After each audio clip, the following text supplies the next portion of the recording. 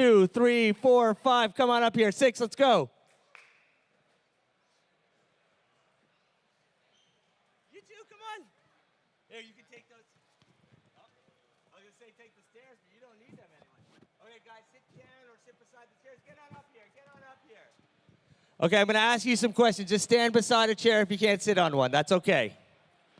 All right, first, I'm going to ask your name. Benji. Benji? What's your favorite sport? Hockey. Who's your favorite player? Sidney Crosby.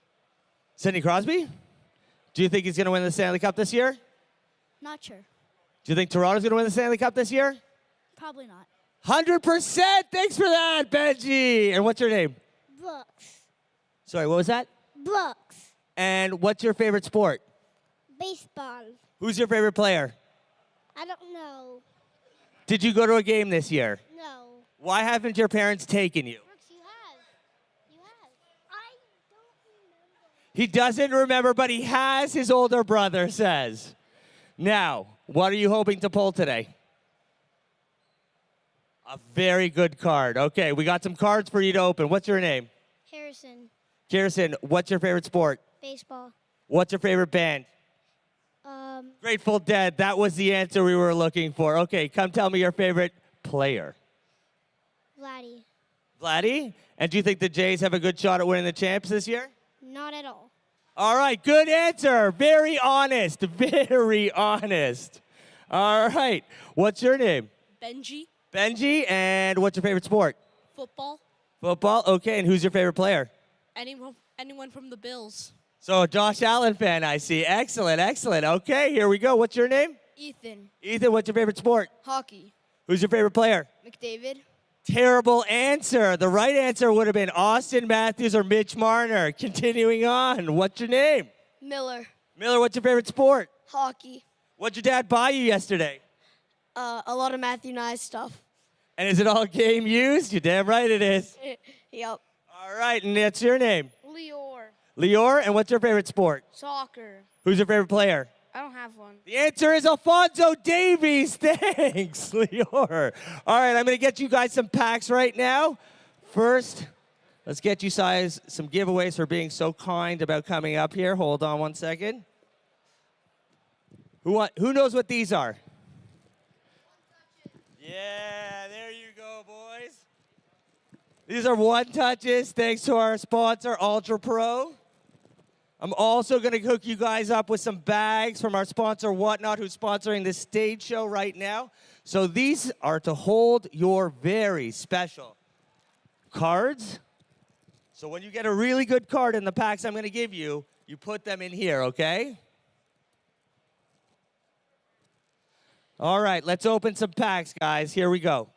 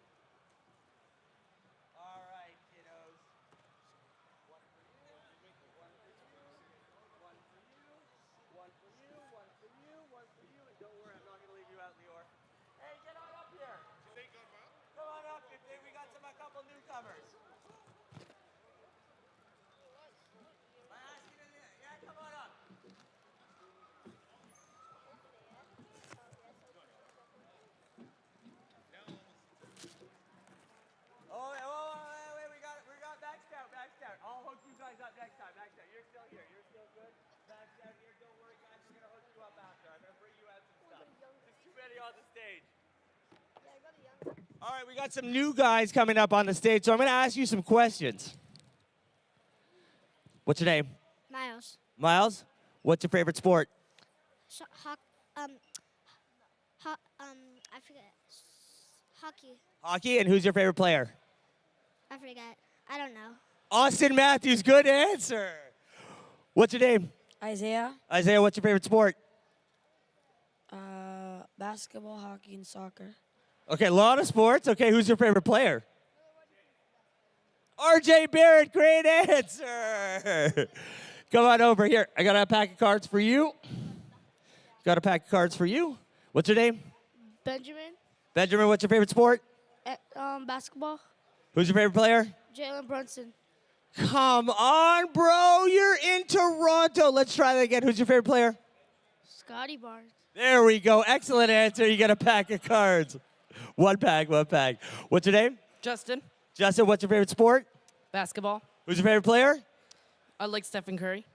Justin, that's a wrong answer. We're going to have to give this pack to this kid right here. Let's try that again. What's your favorite sport? Basketball. What's your favorite player? Scotty Barnes. There you go. Excellent. What's your name? My name is Matthew. Matthew, what's your favorite sport? Basketball. Okay, let's try this one more time, Matthew. I don't want to have to take that pack away from you. Who's your favorite player? Quickly. Who? Manuel. Quickly. Excellent answer. What's your name? Aiden. Aiden, is this your first sports card show? No. You're a veteran. How many have you been to? Like 5. What are you buying today? Cards. What kind of cards? Basketball card. Who's sponsoring this? Mom or dad? Dad. Yeah. I don't have any more cards for you, but I got some other great stuff. All right. Now, everyone who's got packs of cards, because you didn't get a pack, you're going to get 4 one-touches to put all the great stuff you're going to buy. Now, open your packs, everyone. Tell me what your best card is. I'm going to come around to each of you. And I'm going to give you some sleeves to put in them. Okay, ready? What's your best card? You got a Nikita Kucherov and an Alex Ovechkin checklist. Show it up to the screen. Hold it right up. There you go. Show me your best card. This one. Oh, hold it up to the screen. Good job. You have fun up here? Yes. Show me your best card. Oh, he's already got it in there. Hold it up to the screen. Yes. Who is it? Doesn't matter. He loves it. What's your best card? Yeah, Jason Spessa. Do you remember him? No. It's because he was probably before your time. He was a really good player back in the day. Here you go. Wait, take those. You're going to need them. You're going to need these. You're going to need these. Put that inside there. What's your best card?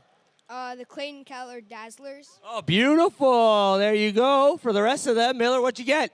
Thomas Novak Young Guns. Nice. There you go. What'd you get? I got nothing. That's not true. You got memories. Great, great memories. Yep. All right. You at the back. Let me see your cards. Let me get you some sleeves as well. Dazzler, nice. Some sleeves for you. Some sleeves for you. Some sleeves for you. What's your best card? Nice. There you go. Let's show me your best card.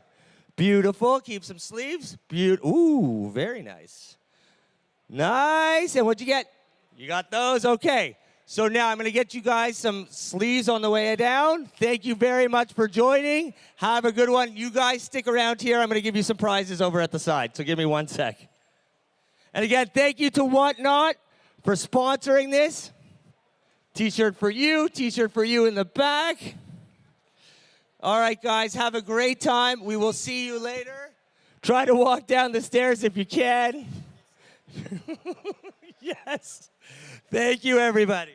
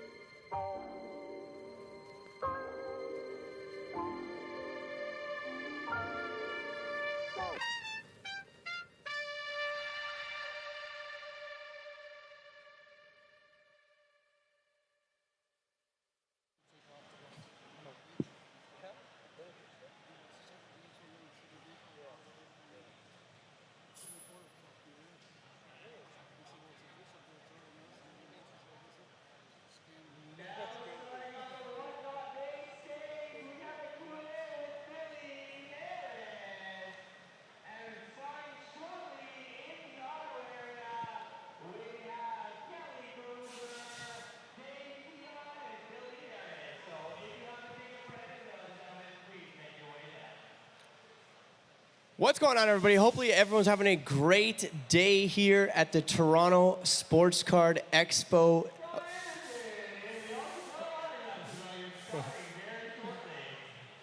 It's officially day 2, not including the preview night.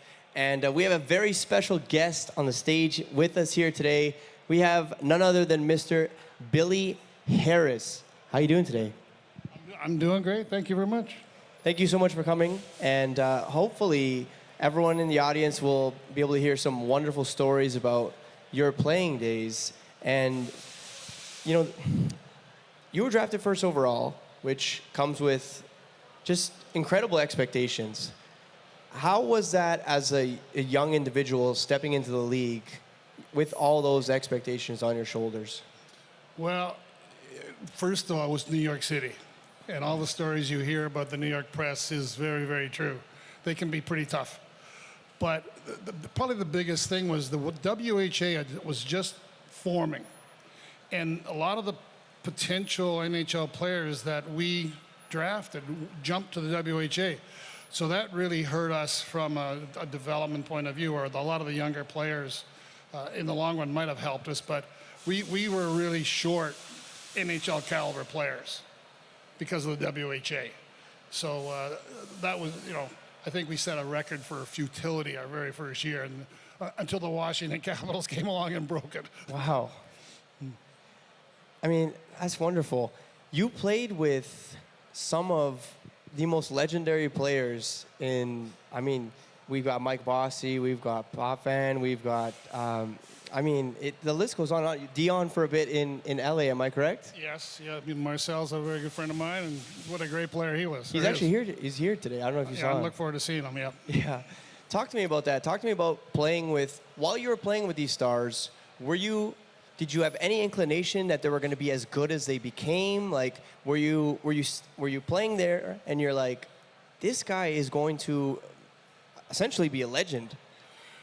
Well, like I mentioned to you earlier, you don't realize how good these guys are until you actually play with them. You can play against them, but when you practice with them and play them and watch what they do on a daily basis, it's pretty incredible. Guys like Dennis Potvin, Mike Bossy had a shot that was unbelievable.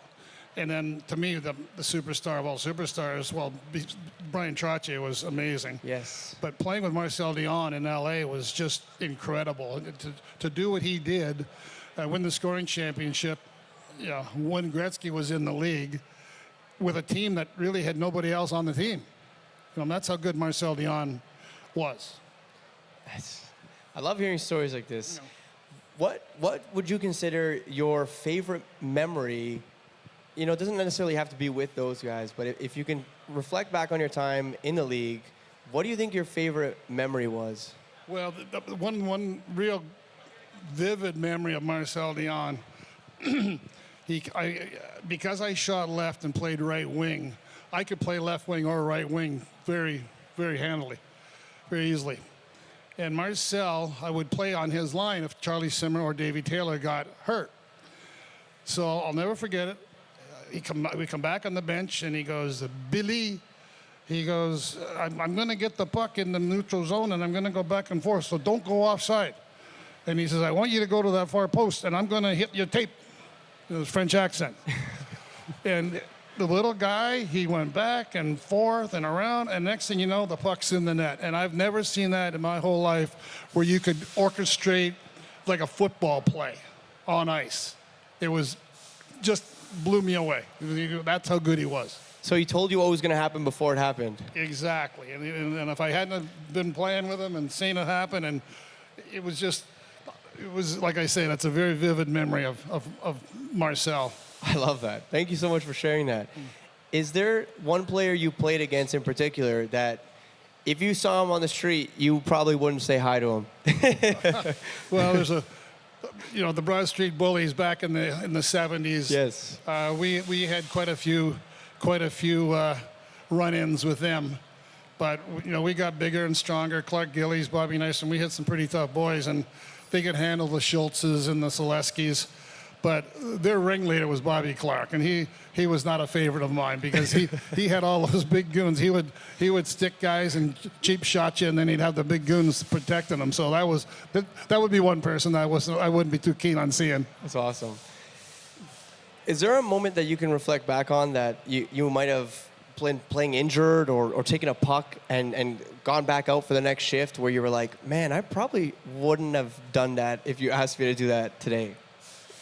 The first year we played the New York Rangers in the playoffs, we knocked them out that year. I was playing with a partially separated shoulder, and I was strapped up. I couldn't lift my arm, and I had to play every game. That was quite a bit of an ordeal. That's insane. Unbelievable. Is there a player that you look at today and you're like, he kind of reminds me of me when I was playing?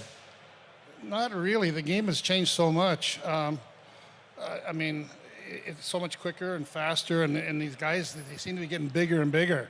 I mean, I wish they could make the rink bigger. Yeah. But I was a little unique not only because of my goofy helmet, but being a left-handed shot playing right wing, I barely made the Marley Pee Wee team.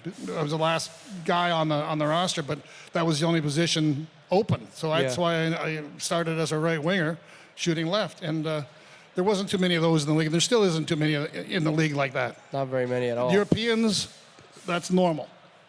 American hockey and Canadian hockey, it's not that common. So, I mean, kids are coming into the league a little younger, I find. Do you think that there should be a bit of a waiting period before? I mean, you're starting to see like a lot of the kids come in and they might be a little undersized. They struggle a little bit in their early years. Like, how do you feel about that?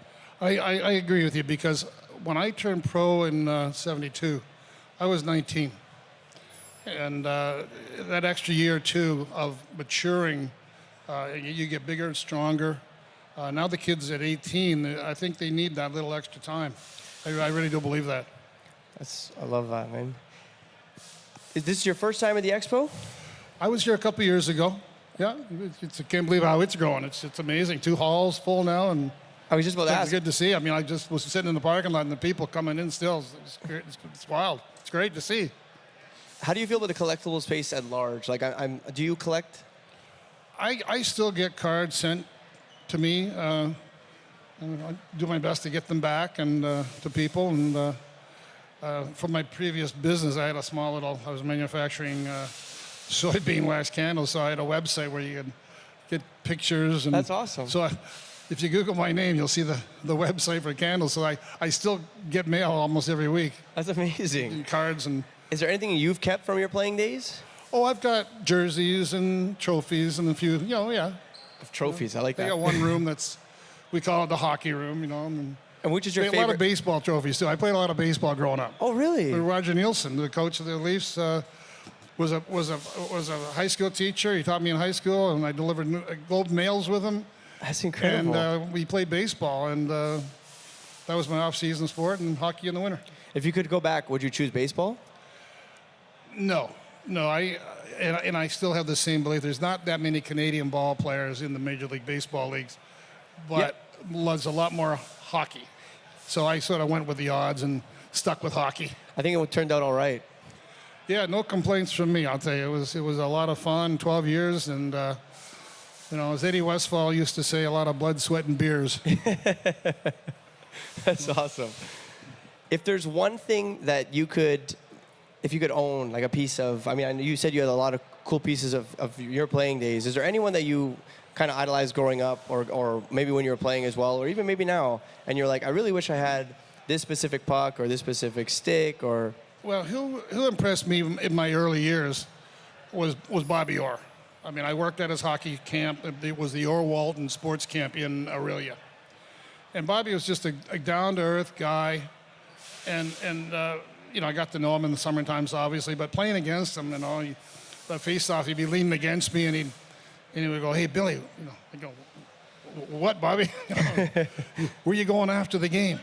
I don't know. I've never been to Boston before. I said, "Well, it takes me a while to get out of the locker room because he's got ice on his knees, but he said, I'm going to be at such and such place at around 1 o'clock." So I'm with the guys at a local gin mill, a bar, restaurant, and I said, "I got to go." I said, "Where are you going?" I said, "I'm going to meet Bobby Orr." And they go, "Yeah, sure, you're going to go meet Bobby Orr." But I did. I met him. And we had a few beers after the game, and it was, to me, that's who I just thought was just the greatest. It's funny, you tell the story, and like I wouldn't assume that Bobby would be that cordial or that welcoming. No, he's a down-to-earth guy, really good. Yeah, we used to have a lot of fun working at the Orr Walton Sports Camp, and then we had a pretty good cast of athletes, and like Bruce Boudreau, who I played with Marlies and Toronto Maple Leafs, was a pitcher, and we had a charity ball team. We went around to communities and played charity baseball games, and it wasn't lob slow pitch. It was full on. You guys were playing real baseball, and it was great fun. And a lot of charity, a lot of money raised for charity. So it was really a neat fun time. Was it super competitive? No. Oh, no. Bobby had to play second base. Shaky Walton had to play first, shortstop, and I was an infielder, but I got stuck in the outfield. That's fantastic. Is there anyone else that you think that the public would be super surprised that would have, they have a perception of them and they were actually a completely different way once you got to know them? Well, Dennis Potvin was a very, very, very intense, competitive person, and I got to know Denny very well. And it was sort of ironic that he beat to a little different drum, but that's what made him so good. And I was able to get along with him very well because we played junior against each other for years, and he was the number one pick my second year. So. He's one guy that, you wouldn't expect him to be that sort of, not intellectual, but he was really into different things, like reading certain books and stuff like that. Are there any books, like what books specifically were you thinking that come to mind that you were like, man, how are you reading that? Well, then he would go to galleries, in art galleries or museums. I mean, he'd go into Manhattan and do stuff like that where most of us are in a pub having chicken wings, That's awesome. If there's anyone watching right now that is thinking about a potential career in the NHL or in pro sports in general, what do you think is one important thing that they should know, before they begin that pursuit? Maybe they're 5, maybe they're 7, maybe they're 11. Sorry for that. Well, the game has changed so much. I remember with the New York Islanders, there was one PR man, Holly Chester. He had a secretary. Bill Torrey, the manager, had a secretary, and there was maybe a ticket guy. Now they've got 150 people, 200 people with the marketing, and it's become a big business. So there's a lot of other areas that I'm not even aware of to work in the front office capacity. Where back when I played, there was they didn't have a staff Yeah. really. Yeah. But now it's between the marketing and the seat sales, the ticket sales, the corporate boxes. I mean, it's a marketing machine, and there's a million opportunities for anybody. Oh, so you're saying there's just a ton of opportunities in order to get into the space? Oh, exactly. Before there was 4 or 5 jobs available. Now there's probably 150. That's true. That's true. If you could pick one thing to do, if you never made it out, or if you never made it to the NHL, what would you have done? I would have pursued baseball. Yeah? Anything Yeah. non-sport? Or you were just like, I love competition. If it was in the hockey field, I wouldn't want to coach. I would have liked to have been a manager. Awesome. I can see you as a manager. Yeah, I would like to make the deals and that type of thing. That's fantastic. I want to thank you so much for coming. Audience, I want to give him a big round of applause. Come on, we can do better than that. There we go. Awesome. I really appreciate it, man. Thank you so much for coming. Hey, thank you. Thanks everybody out there. Cheers. Appreciate it. Thank you.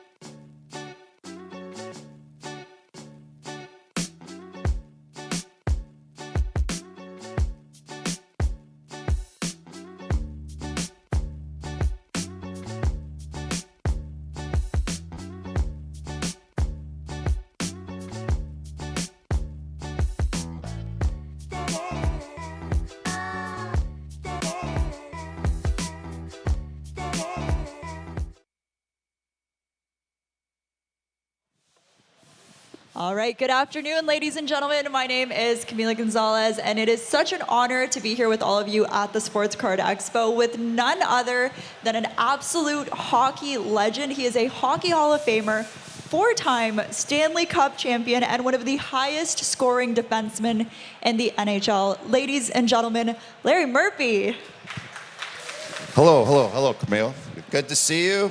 This is quite the event. Before we get started, I just can't believe the number of people that this thing draws. It's incredible. And it grows and grows every single year. Listen, it is so exciting to have you here chatting all things about your career and, of course, trading cards. So I want to ask you, do you remember the first time that you ever saw yourself on a trading card?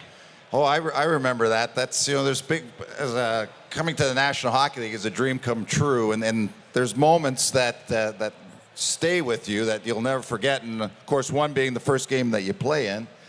And another one would be the first time you saw your hockey card. And at that time, it's a little different now. I'm assuming the cards are coming out the same year that the player, they're probably the cards out before the player even plays his first NHL game. But back in that time, I started in 1980. That wasn't the case. The card didn't come out until, I believe it was my second year before the rookie card came out. So it's a different world now, of course, in the trading card business. But there was two companies in Canada. There was O-Pee-Chee, and then in the U.S. there was Topps. But they used the same. It was just basically the same picture, the same card. So you could either get the O-Pee-Chee in Canada or you got Topps in the U.S. And do you have a collection? Do you kind of collect your own memorabilia, other sports? I have my own cards. I've come across them for different reasons, and I've just kind of held on to them. I haven't really done anything with them. I haven't any sort of a wall display by any means, but.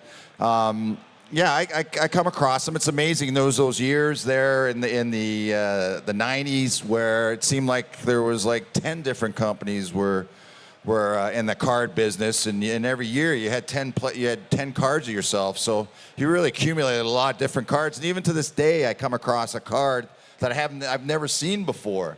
That came out in the 90s for some obscure company that had a license to do it. Of course, business is a lot different now, but.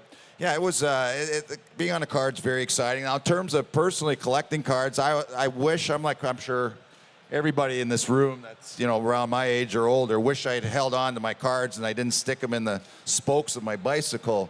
They were I could be living the life right now if I still own some of those, especially those rookie cards, the Bobby Orrs and players from those eras, because I was born in '61, so I was right in the thick of collecting cards when Bobby Orr came to the NHL. But unfortunately, they got abused by the bicycle spoke, or my mom threw them away. So just a travesty, to say the least. And you mentioned your first ever game in the NHL. Was there a moment in that season where you looked around and you were like, oh wow, like this is the big leagues? That's funny you asked me that, because my favorite rookie story is, of course, it was a special moment playing my first game, and it was in Los Angeles with the Kings. Probably the most memorable moment in my rookie season was when I was with LA. We went to play the Canadiens at the Forum, and I was starting that game, so I was standing on the blue line for the national anthems. And at that time, they had a great singer, Roger Doucette, which was a legend.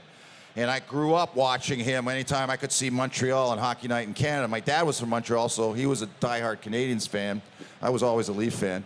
So I was quite familiar with, well, obviously, I knew, like any kid, I knew every player in the league. So I'm standing on the blue line. Roger Doucette is belting out the national anthems. I look across the ice and I see Guy Lafleur. I see Serge Savard. I see Larry Robinson. They're all starting. These are all guys that I, thought the world of, my idols. And I was so nervous at that time. This is the only time in my life this has ever happened to me. I've been in a lot of, pressure situations playing hockey, but nothing like this. I was shaking so bad that I was worried I was going to fall down. I mean, that's how bad. So I'm standing there, and I'm just concentrating, and it's two anthems too, of course, being a U.S. team in Canada. And I'm standing there, and I'm just saying to myself, please don't fall down. Please don't fall down. And I didn't fall down, but I was so relieved when it was finally over. I could move. So I mean, that's that just kind of gives you a little sample of just how special it was for me to play in the National Hockey League and play against these great players. And huge games you have played. Back-to-back Stanley Cup wins, not once, but twice. That is unfathomable. Is there a Stanley Cup run that perhaps you hold dearest and close to your heart? Well, that's a popular question, like which cup is your favorite? And it's, you have to say the first one, because it was the first one, makes it unique. It was 1991. I came in the league in 1980. So I'd gone 11 years without winning the Stanley Cup and really not getting that close. So, I always dreamt about winning, but halfway through my career, I haven't got a sniff. And then I get traded to Pittsburgh, which of course, at 91's the year we won it. I mean, that was special. I mean, we'll talk about a turnaround, and so that was exciting. I would say that the first cup in Detroit was special because that was the first time I won it at home. The two in Pittsburgh were on the road, which is great winning the cup. But I mean, winning it at home, there's another element to it. So my first cup in Detroit was special in that sense that we won it, Joe Louis Arena. But they're all special. The one thing that happens though to a player after you win it, it's so much tougher to lose. Because you know obviously what the experience is like to win, and you just can't get enough of that. It's like, it's like, I don't know, I guess it's not the best analogy with kids here, but it's like, I don't know, doing some sort of addictive drug or whatever. You just got to have it. So anytime I lost after that, Camila, it just made it was so much more disappointing.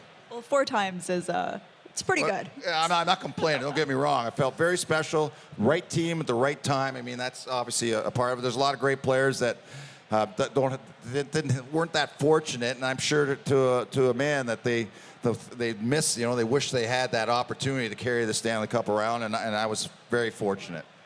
Now, I want to ask you about the Toronto Maple Leafs. We see a lot of jerseys in here.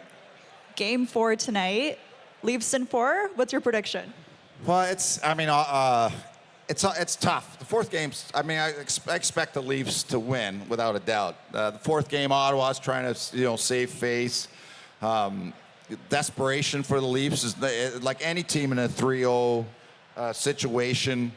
The desperation is not going to be there. Obviously, you're up 3-0. I mean, they want to end it, and they don't want. You want to win as soon as you can. And I think.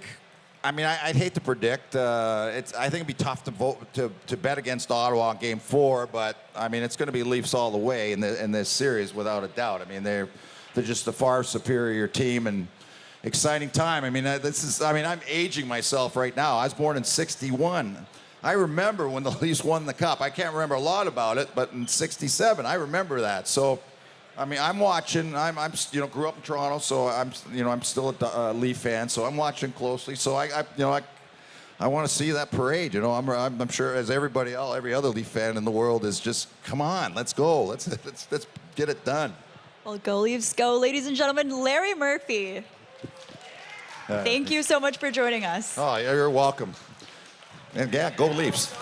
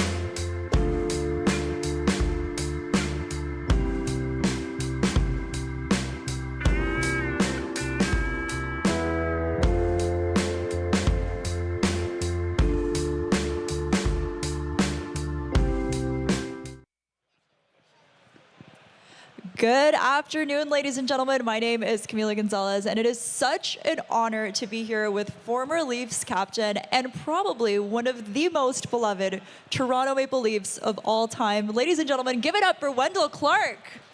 Thank you. Thank you. Good to be here. Welcome, welcome. Now, how does it feel after all these years to still hear Leafs fans cheering your name and cheering you on? No, you play. Well, usually it means you played for the right organization, which is in Toronto. Huge Leafs fans follow everybody, and it's always good to be remembered. Now, a lot of Leafs jerseys are here today. How are you feeling going into Game 4 tonight? Pretty good, actually. Normally, you don't know, but I think we should be okay. But you know, Ottawa's played well enough to win the last two games. You know, overtime, you never know what happens. So this will be the hardest win out of the four. Now, I want to go back to your playing days. You were known as Captain Crunch. You were one of the more aggressive, tough players on the ice. What was it that made you so fearless when you were on the ice? No, I grew up playing physical hockey. I was a defenseman my whole life. My first 18 years, I played defense. I got drafted to the Leafs, and Jerry McNamara said, "You're a forward." And so I turned into being a forward, and I always liked playing physical. And when you play physical, then you have to own up for a few other things once you've hit somebody. So, and I didn't mind playing that way, so I had a lot of fun playing. And if you look at the league today, is there anyone on the ice that sort of resembles that old school style of hockey that you played? No, you probably the captain of Ottawa. Brady plays a lot like that. The way he finishes checks, gets in there, and he's growing into himself. He gets into the odd fight here and there. So probably Brady Tkachuk. Can't mention him today. Can't mention Brady today. Now, you wore the C. You were obviously a huge leader when it came to the organization. What does it take to be a successful captain in a market like Toronto? Well, basically, you're very honored that the team thinks you're able to be captain of their great team, great organization. And then you just, like my buddy just in the back, I've seen Dougie Gilmore, you lead by example. You just show up on time, work hard, be a great teammate, be a good person to everybody in and around the building, because it really is an extension. It isn't just the 20 guys. It's an extension of everybody in the building. That's who you're representing. So really, it's like anything else in life, show up on time and work hard. And can you walk us through your favorite memory wearing a Leafs jersey? I don't know if I have a favorite one. I never got to win the Stanley Cup, so I can't pull the Stanley Cup out. But I always say getting drafted in 1985. The draft was in Toronto for the first time, that it wasn't in Montreal. And everything I do today, so you think of it 45 years later, is still because I got drafted to the Toronto Maple Leafs. Amazing. Now, we're at the Sports Card Expo. I've got to ask, do you remember that moment when you first saw yourself on a hockey card?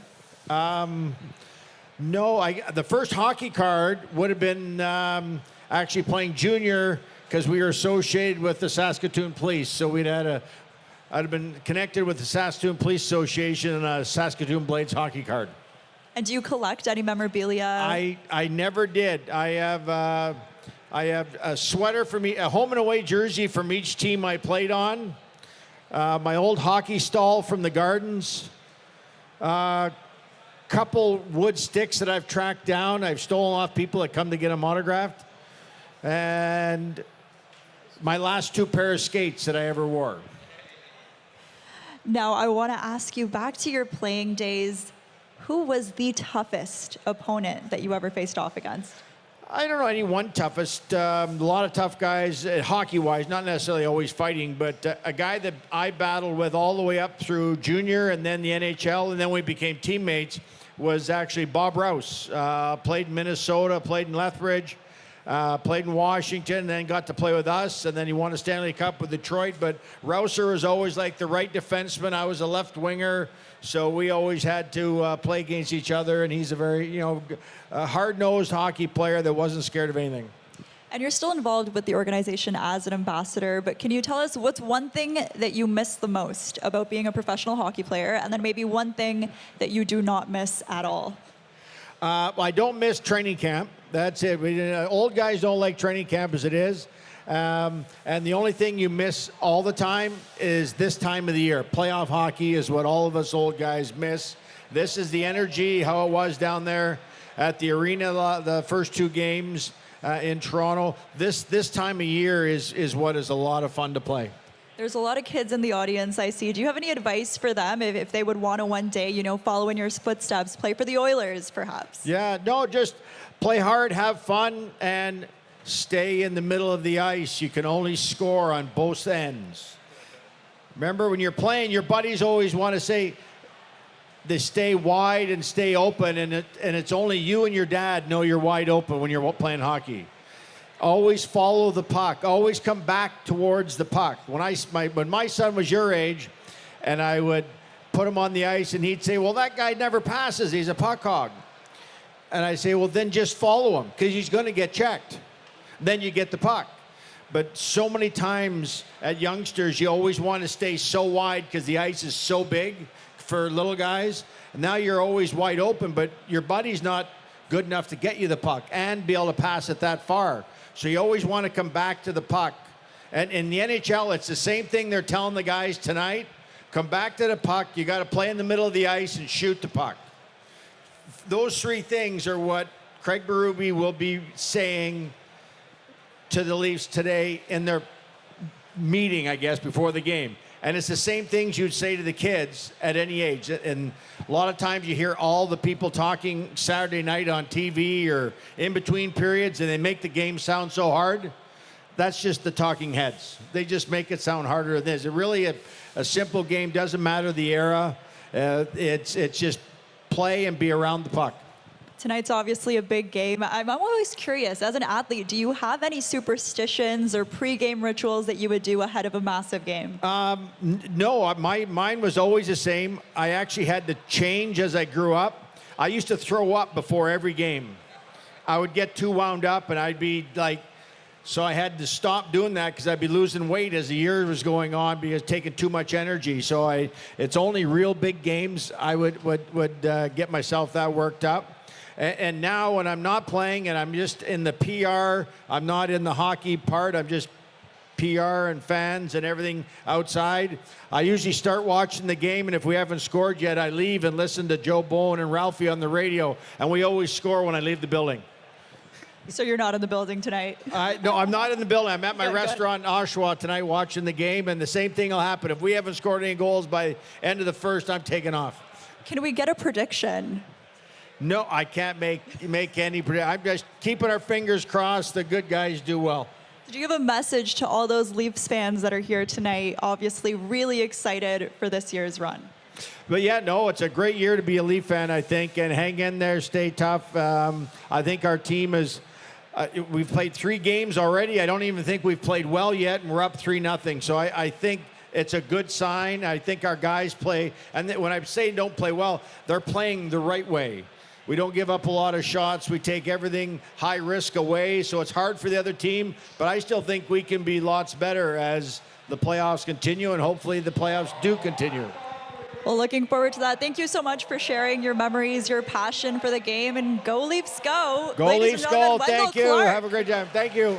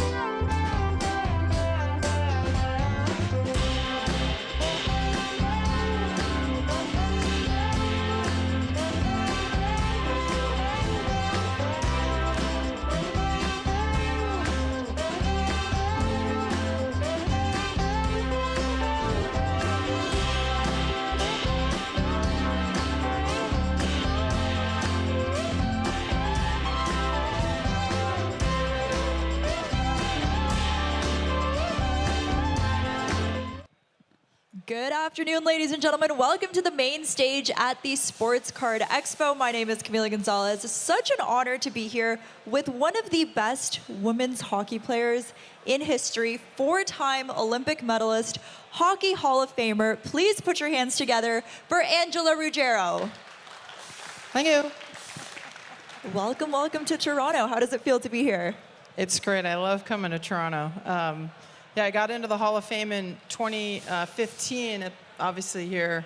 So try to come back every year to support the new inductees, but I'm American. Sorry, probably a lot Elephant of Canadians in the here. room. But it's always fun because Canada's such a great hockey country. So anytime I come up here, you kind of feel more at home, believe it or not. It's everyone just loves hockey, so it's fun to be here. Let's talk about that Canada-USA rivalry. What was it like to live that on the ice, sorry? And then what was it like to live it now as a spectator? Yeah, so I live in Boston now, and I always describe the rivalry as like Boston versus the Yankees, but you can't trade anyone. So it's literally, you know, I played against Wickenheiser, Ouellette, Hefford.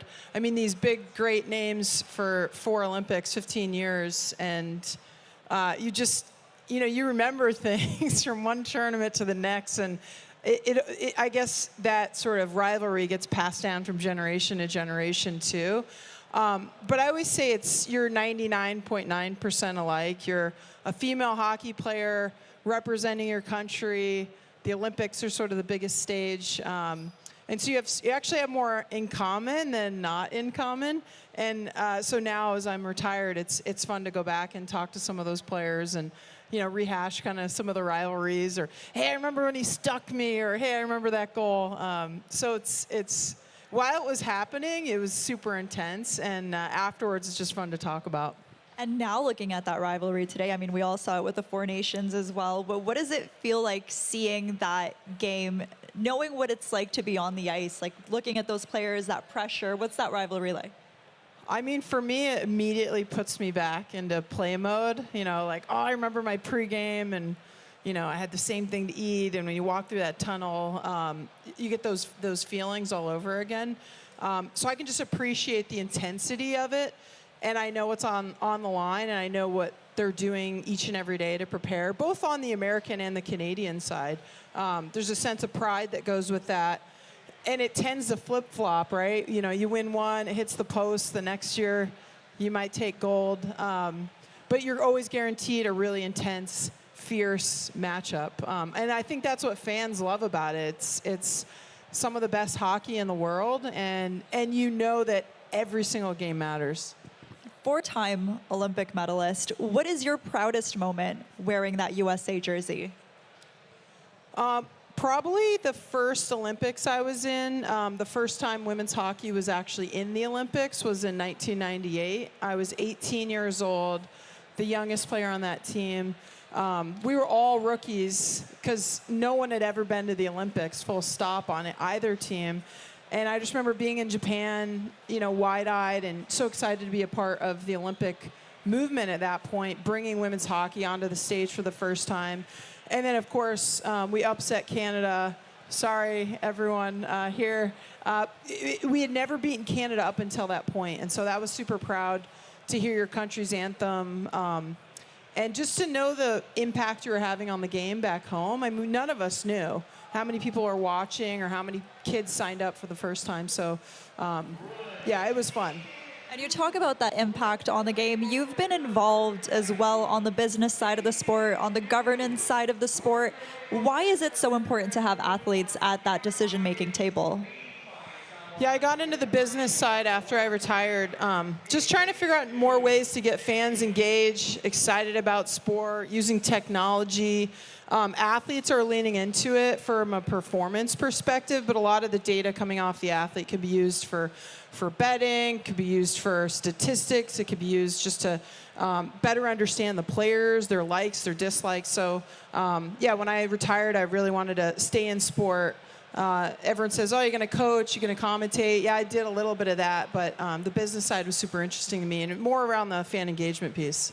And walking around, I mean, I see so many young kids, girls and boys. What was that path like for you growing up, getting into the professional side of the sport? And maybe what advice do you have for those parents or those kids that would want to one day play professionally? Yeah. So I grew up in Los Angeles, California, the year before Gretzky got traded. So there was like no hockey in LA when I started. And then he got traded, and then all these rinks started popping up and kids starting signing up. So I was actually the only girl on my team in the whole state at the time, because just kids didn't play and girls literally didn't play. But I played because I loved it. In the second grade, on career day, you can be a doctor or a lawyer. I showed up in my hockey gear. And I remember the teacher saying, well, who are you? And I was like, I don't know, I'm a hockey player. I didn't really have any female role models to look up to. I just loved the sport. And that, I think, would be my advice. I have a couple of boys now that play, 5 and an 8-year-old. And to me, it's all about having fun. Like, when I stopped having fun, I think Hillary Knight's beat my record, but I think I still hold the most games played for any man or woman in a USA Hockey jersey. Chelios played a bit longer, but I played more games, if that makes sense. I played 4 Olympics. I think he's got over 5 with pros or whatever. But I remember almost retiring at one point before my 4th Olympics because I stopped having fun. It became more of a job to me. And when I could refine that love of hockey, you show up early, you stay later, you do all those little things. So that's my advice to my son or any young kid that's playing, is just remember how much fun it is. You're more willing to put the work in. And you were a part of growing the sport for women. And I would love to know your thoughts on where the game is at today. How have you seen it change? And how can we keep that momentum going with supporting more women in sports? I think it's fun because it's normal now for girls to play. You can get a scholarship in the USA and the NCAA. You can play in the Olympics. You can now play in the PWHL. I mean, that league is averaging 9,000, 10,000. So you can make a living. It's not what you can't on the NHL side, but it's something. And that fandom is there. The dollars are coming in. Brands want to be a part of it. So it's a great sport. Just even if you don't play professionally or the NCAA, I feel so proud to have sort of helped pave that way, along with so many other women in my generation, just to create more opportunities for young girls and for young boys, again, to look up. I took my son to the World Championships last year in Utica, and his favorite player was, one of the Americans, and now he's obsessed with the NHL. So he kind of goes back and forth, but it's just fun to see kids looking up to women, girls having that opportunity to play the sport. At the end of the day, it's the values you learn, the teamwork, all the intangibles that I love, and encourage young kids to play. Well, let's look back at your playing career. What is one thing that you miss the most about playing professionally, and then the one thing that you do not miss at all? I miss playing Canada, honestly. That was my favorite part. We'd have, in some cases, games that weren't as competitive. I always loved to rise to the challenge. I love the rivalry. I love just my adrenaline trying to spike to get ready to go head-to-head against Wickenheiser or, score on St. Pierre. You can't get that kind of adrenaline nowhere else. I think why it's a lot of athletes are addicted to playing.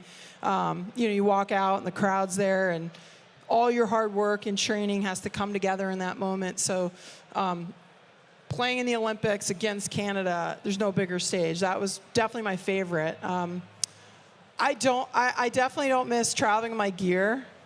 I mean, literally since the age of 7 until I retired, anywhere I went, I had to have my gear.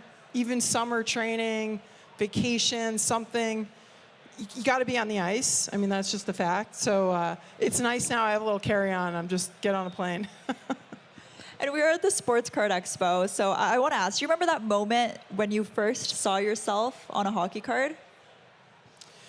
Yeah, it's funny. The first card I ever owned was the 1980 USA Men's Miracle on Ice team. I actually had that card in my wallet, which is funny because I wanted to be one of them, but I couldn't be a male American hockey player.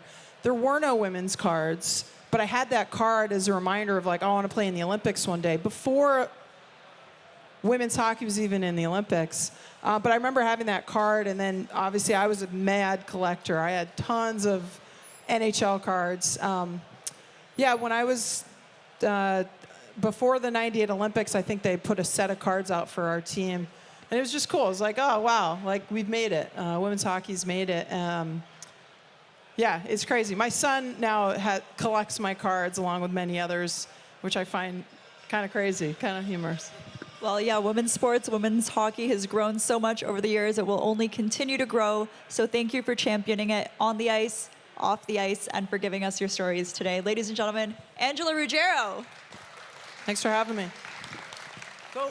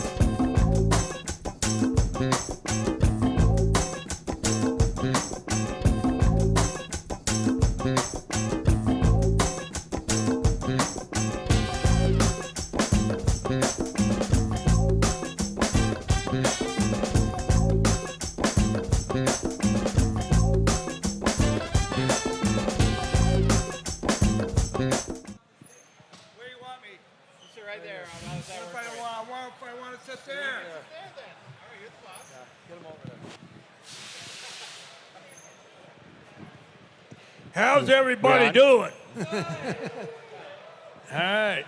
Okay, what are we doing here today, Josh? All right. Well, welcome Let's everybody. talk about the playoffs. You wanna? Now, well, this is a treat for. I'm a Minnesota boy, so I'm here in Toronto, talking to two Leafs legends, and I'm in seventh heaven here. This is kind of amazing. Aren't you? You must be quite excited because Minnesota's doing better than most people expected them to do. Yeah, well, we got our 97 back, Kirill Kaprizov. He came back, and the whole team dynamic changes after that. Yeah. Well, good luck. Cause I bet. I picked that my dark horse was Minnesota. Oh, really? $100 in Tucson at the casino. I bet $100 on them. $1,250 if they win. Well, welcome everybody to the Spring Expo. My name is Josh from the Hockey Cards Gong Show podcast. Honored and thrilled to be joined by Daryl Sittler and Dave Tiger Williams. Now, the first question I have for you guys is I like to think back maybe to your playing careers, and would you have thought, this many years later, that the interest in the game, the interest in collecting, and the fan engagement would have been like it is today, where you see literally thousands of people here coming to celebrate and enjoy the game? Well, first of all, things have changed a lot. Obviously, with the internet, everything can go worldwide quite quickly. When I started out in 1970, there were only 12 teams, 14 teams in the league, so it changed. It's grown a lot. It's growing in the States a lot. There's been a number of international tournaments over the years, so that creates a lot of interest, a lot of European players and American players that have grown the game, and that's why there's so much interest. And I think that a thing that's a little different than when I played, when we wore our jerseys, as to speak, we probably wore those jerseys most of the season, maybe half a year, and then switched to another one. Well, now guys, they switch them every period, I think, because of the memorabilia interest in those sorts of things. So I've been fortunate over my career to save a few things, game-worn jerseys and some other things that were kind of cool. Not exactly sure what I'm going to do with them at some point in time, but it's nice to know that there's fans out there that love that stuff and are interested in it. Mm-hmm. Now, do you guys remember seeing your hockey card for the first time and, what it was like to actually, I don't know if it maybe felt like that, okay, now I'm in the NHL and here's a representation of me being part of this league? Well, I was lucky when I was a kid. I had a lot of hockey cards. I always found some skinny little bastard, and I'd steal his twos. But I was at a bull sale in Whitewood, Saskatchewan, and Bobby Hall was there, and he brought Pierre Plante with him. And I must have had 500 cards of both of those guys, and I made them all sign them. I stood over top of them, and they were not happy about it. Amazing. But I like the first time I ever met John Beliveau, I was playing for the Leafs. We were in Montreal, and I thought I might run into him at the morning skate or something, and I did, and I had my cards on my sleeve, and I handed it to him, and I says, "Can you sign these and bring them back?" And I didn't want these guys to see me getting Belivaux's autograph. But hockey cards, my son, obviously around the dressing rooms all the time when I played, he doesn't have thousands of hockey cards signed. He's got probably 5,000 or 6,000. It's unbelievable. That's a great. How about you, Daryl? Did you collect hockey cards growing up? I didn't collect hockey cards growing up, but I'll tell you a kind of a cute story that happened. So my dad was a crane operator, paycheck to paycheck. We couldn't afford to go to a Leaf game. Okay. So Kitchener was my hometown.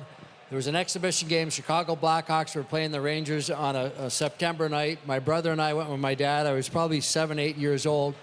And after the game, I was standing outside the arena with a pencil and a piece of paper hoping to get an autograph. And all these players walked by me on the Rangers and the Blackhawks, and I was very disappointed. And then finally, 2 guys stopped. The captain of the Rangers, Andy Bathgate, and Bobby Hull. And I'll always remember that moment forever. You know, first impressions are lasting. Good, Yeah. bad, or indifferent. Well, that first impression that Bobby Hull and Andy Bathgate gave me stuck with me. So now when I'm out there, become the captain of the Leafs or whatever, some kid or somebody comes up and wants something, I'll always remember what that meant to me at that time and never forgot it. So I don't save a lot of things. I do now because my grandkids like it, and my own kids, my son Ryan's got a few cool things over the years, and it's nice to have those collections. Do you guys have a favorite piece of memorabilia that you have from either yourself or one of your contemporaries from your career? There you go, my There billboard. you go. He's my billboard. What do you got, Tiger? I got my 10-point Sittler shirt on. And There you your go. hat. Yeah, and my hat. Yeah. Yeah, and you know what? I don't know why I'm wearing this 10-point thing, because they forgot to put one thing in the detail. Because in that game, what was the score? You remember the score of my 10-point game? 11-4. Yeah. Okay, I was in that game, obviously. I was -2. How the hell do you score 11 goals for and only 4 against and you're -2? They should have a hockey card about that. They should. We'll talk to Upper Deck about getting that done. It's good to see the bald guys in the front row. Good for you guys. Yeah. You got to move up, sir.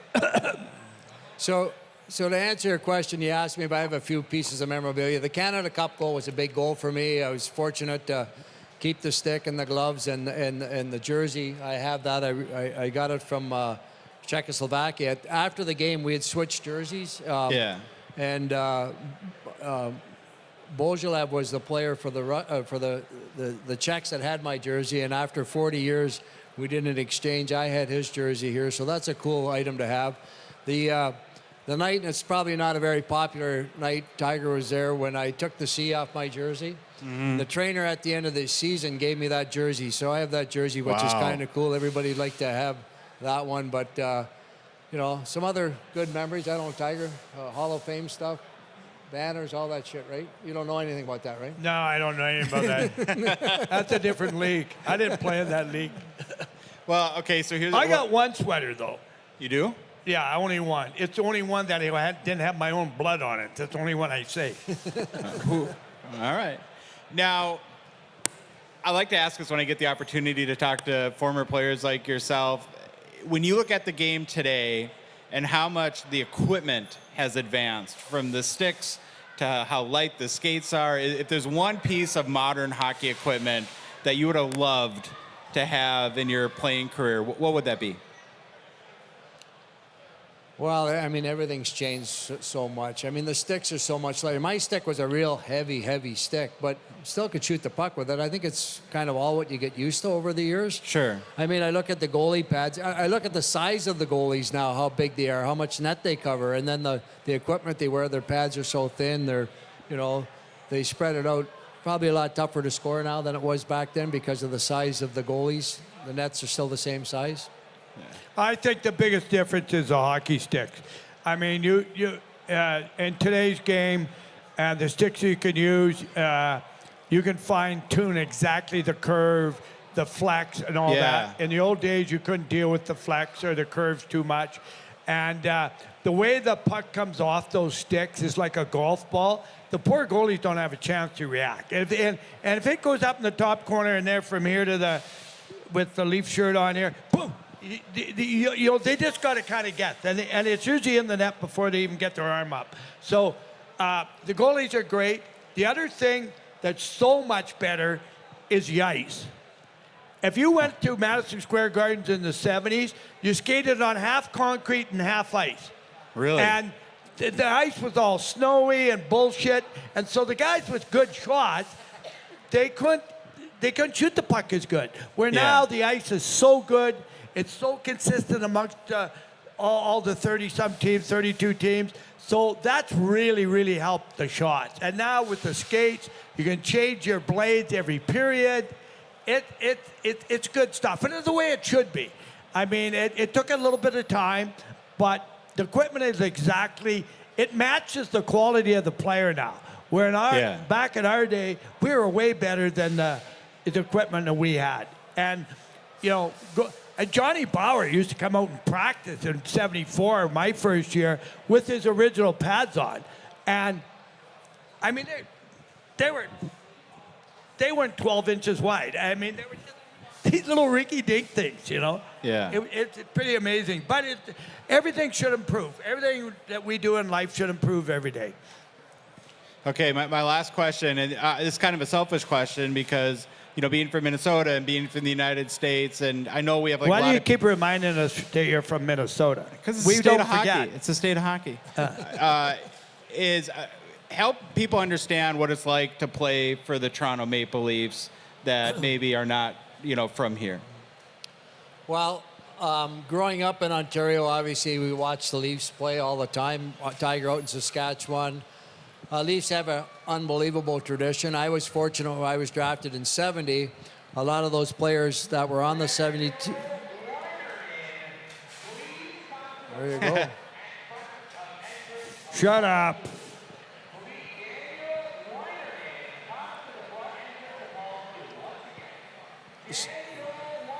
No whiners. Go home, whiners. Daniel, you here?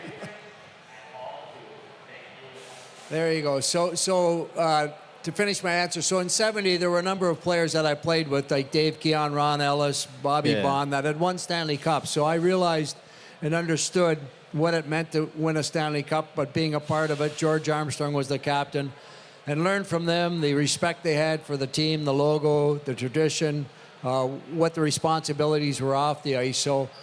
And when you're a Leaf player and you're in Canada, you're a household name quite quickly. And there's a lot of expectations, there's a lot of pressure, but I wouldn't want to play in any other place. What about you, Tiger? Well, I mean, when I come here, it'll be 51 years ago in May that I signed with the Toronto Maple Leafs. And it seems like yesterday, but that, the thing I liked about Toronto is the fans. Yeah. Yeah. Passion. The fans. And the other thing that most people, Mr. Ballard, I love Mr. Ballard. I love that man. Okay. And it's pretty simple when you played for the Leafs and you had that crest. And probably all teams are the same, but, the older guys, the Johnny Bowers, the Red Kellys, the Eddie Shacks, the Keons, they taught us younger guys that crest is so important. That are you willing to die for that crest? And he was, I was, and that's what's so special about playing in Toronto, is that crest means a lot. And it does to this day to us. And I played on 4 other teams. And every game, I respected that crest, and I was willing to die for that crest. But for some reason, when you start out, in both our cases here in Toronto, your first team, you just have a little bit more passion and everything for that first team. And I got to play it here long enough to get that feeling. But we were lucky that we got to play with the guys that won that cup in '67, because that's the closest friggin' thing we've ever got to it. So having Ronnie Ellis and Keon and Eddie Shack and the guys around us. Red Kelly was my first coach. Probably the nicest man I ever met in my life. Wow. So there's a lot of things I remember. Now, just change the subject. Like my last year I played in Hartford, that was the worst team I ever played for. It was the worst team in the world. Never mind in the NHL. The owner was a piece of shit. The coaches were stupid than stones. It was unbelievable. And they had a great team. Yeah. They had great young guy. They should have been a first-place hockey team. But you cannot win without smart management and smart coaches. We're always lucky in Toronto. We had good coaches until Imlach showed up towards the end, and him and I were out of there then. But, I mean, you cannot win without smart coaches. Coaches will get a lot out of players. Roger Nielsen, smart coach. Okay. Red Kelly, smart coach. You cannot win without a good coach. So I'm going to finish off here. This is a true story, eh? So Tiger comes to Toronto. He's our first-round pick, right? So I'd been in the league 4 or 5 years. And right away you think Tiger Williams, Saskatchewan, whatever, 600 minutes and penalties, right? Very first day of training camp. What happens is I was the type of guy, I wanted to be the first guy out on the ice, right? So I get all dressed, I'm ready to go. The ice is right in front of me. I look behind me, and there's this rookie, Tiger, right behind me. So he lets me go out, and I skate, and I start skating around a little bit. And I look over, and Tiger's standing at the bench, and he's looking around, and I know what's going through his head. Toronto Maple Leafs, first time on Maple Leaf Gardens ice. His dad was a Leaf fan, and how proud he was, right? So I'm watching this, and I'm kind of, in awe of what Tiger is like and his emotions. And all of a sudden, he gets on the ice, and he skates as hard as he can over the boards, and he friggin' whacks the boards, and he falls down on his friggin' knees, right? He gets up, and he skates, and he hits the other board. I'm holy shit, what do we got coming here, right? So they have the training camp scrimmage. They drop the puck. First thing he does, doesn't even look for the puck. He kicks the shit out of Ian Turnbull, who happened to be the closest guy to him. So that was his welcome into the National Hockey League. But this is the guy you want on your side. You don't want him against you. You want him on his side. But great friends. We've been around for a long time. We're happy to be back here in Toronto. We love doing these sort of things. I got to babysit him the next week at my house. So if anybody want to spell me off, just let me know. There you go. All right, thank you. How's that? Thank you guys. Thank you guys for Josh. being Thanks great to ambassadors everybody. of our game. How about it for Daryl Sittler and Tiger Williams, Thank guys? you. Enjoy the show.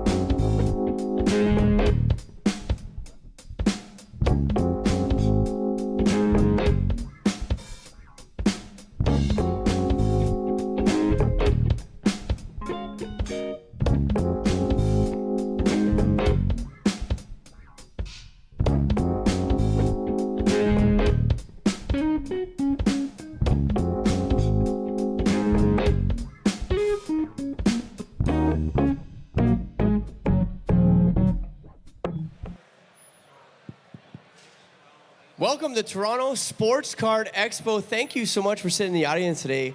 I am very excited to share the stage with these two wonderful human beings for the real, the random, and the ridiculously funny panel. Welcome, everybody. What does that mean? We're gonna figure out. We're gonna find out together. How you doing today? Let's introduce ourselves here. We've got, who's this lovely gentleman to the left of me? Josh Madigan, Hockey Cards Gong Show. And you, sir, on the far left. Yeah, Daryl Gorner, but I go by Dr. Collectible. Oh yeah, he's the only one that gets cheers? What about the rest of us? And it's moderated by Coach Go. Guys, so far today, actually, when did you guys come in? I came in Thursday morning. Thursday morning? Crazy airport situation coming in. Oh, I mean, I think that applies to like yeah, the real, the random, and the ridiculously funny. What happened at the airport? You know, it probably wasn't funny, but it was ridiculous, I would say. There we go. I came in, and as soon as I flew in from Atlanta, I get a bunch of text messages like, hey, Just a situation then. Yep, situation Okay. went down. But regardless, Canada is safe, and what they do is professional. So I think even that, and just coming in, starting off my time with that, but getting here, the chaos, the fun, the people, I'm just excited to be in the atmosphere of the hobby just in general. You knew it was going to be a weekend to remember. Definitely. Awesome. And Josh, when did you come in? Came in Thursday morning too. We drove from Minnesota, so What's that drive like? long. And we split it up and stayed in Windsor. Got across the border. Was a little nervous about that, but everything went okay. And then had a really short drive to Toronto on Thursday morning, and it's been a whirlwind ever since, man. This weekend goes by so fast. So when you say whirlwind, talk to me a little bit about that. Like, what does a whirlwind entail? Well, it's hockey card heaven, and when you're from the States, it's there's nothing that compares to the where I live, and so trying to soak all that in, trying to shop a little bit, and I've been doing a little bit of that, and then all the events and the networking, and to me, the most important thing is seeing all the friends that I've been able to develop in this hobby over the past 3 years, and it's just feel like a kid again. I love that. I think that's really what these shows are about, right? It's like there's the memories and really feeling all the nostalgia. You walk around, you see heroes that you grew up watching on TV, or people that you collected on cards. Literally, you just interviewed Daryl Sidler. Crazy. How was that? Oh, it was amazing. It never gets old, and it's awesome to me that you see sort of the participation in the hobby and collecting, and it's not just by people like us on the content side or the collector community here. It's the athletes that really support it as well and continue to give back to the game. And Daryl, is it second Expo? I feel like, no, third. Third Expo. Oh, wow. Yeah. How have you seen the Expo grow from your first trip to Toronto? So even before my time coming, I always heard about the show. Shout out to Ray Schulte, good friend of mine. He always told me, hey, you need to go out to Toronto. There's a show that you need to see. It's almost like it's mini national. So I'm like, okay. Got a chance to work with CSC, which is Canada Sports Cards, and also just working with the Expo and reaching out to them on my professionalism and seeing if I can do content. From there, I got my opportunity. I would say I had a passport for about 9 years, and I had to renew. I renewed it that same day, that morning, before actually flying out here. So just to even get my first experience and seeing the transition of me going my first time out the country and getting that atmosphere to now, I'm getting more used to it. I've been to, a Blue Jays game now. I'm experiencing more about hockey, learning more about the culture, and not only that, visiting Vancouver now. I want to go to Montreal. And like I say, to be here at the biggest sports card show that I think that goes down in this country, it's just amazing to be here itself. So 3 years in for me, and I've seen so much growth. You're an honorary Canadian. So, I mean, part of this panel is the real, the random, and the ridiculously funny. Talk to me about the most random thing that someone has said to either of you this weekend. Maybe it's someone that's consumed your content. Maybe it's you dropped something on the ground. Like, I really want to know what this weekend has been like for both of you. That's a tough one. I'm Good. trying to think of. Good question. Way to stump me. Not mad. I don't know if it's just been. For us, it's like, you know, it's humbling to be recognized, and you know, it feels random every time somebody comes up and says that they appreciate what you do. I mean, that's the. You know, I don't. It's kind of the greatest compliment that we can get in that, because I think what all of us really try to do is. You know, make the hobby a better space, build the hobby up, create new opportunities for collectors, and, you know, represent the good of the hobby versus all the negative stuff. And Daryl, what about you? I don't know. I think mine had to be today. Shout out to Beckett. I love what they do over there. You know, as I have my own card, I actually signed one for Elite. They are back there with CSC. They have a booth back there, and they do great work with like wax.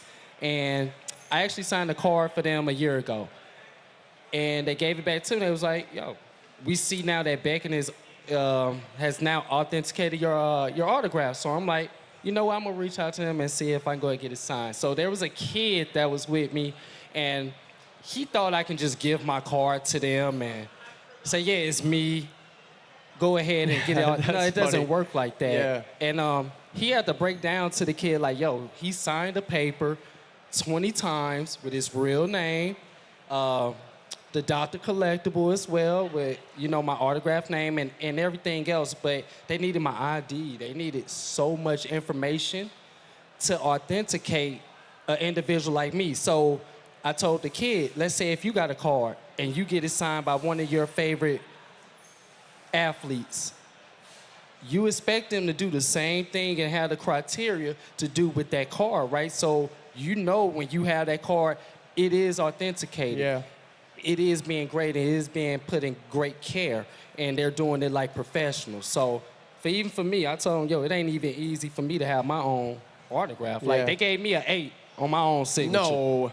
An 8? Yeah, so but I respect that. That's pretty funny. I respect it, though, because that lets me know the way I signed it on that picture that You got lazy there. They going straight for that. They're too streaky. You got a better pen next time.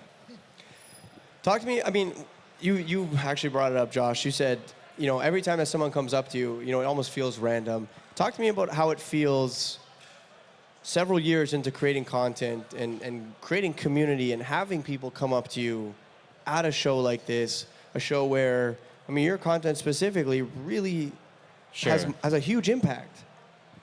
Well, the most interesting thing about that interaction is that because we do 2 shows a week and 3 hours, that people that listen to us get to know a lot about who we are. And so we're at a big disadvantage in a certain perspective because they feel like they know us, but we're just meeting them for the first time. And so we have a lot of catching up to do in some regard when we're meeting someone at a place like this. And is that humbling? Like, how does it feel to put all this work in and to like actually have these interactions take place, man?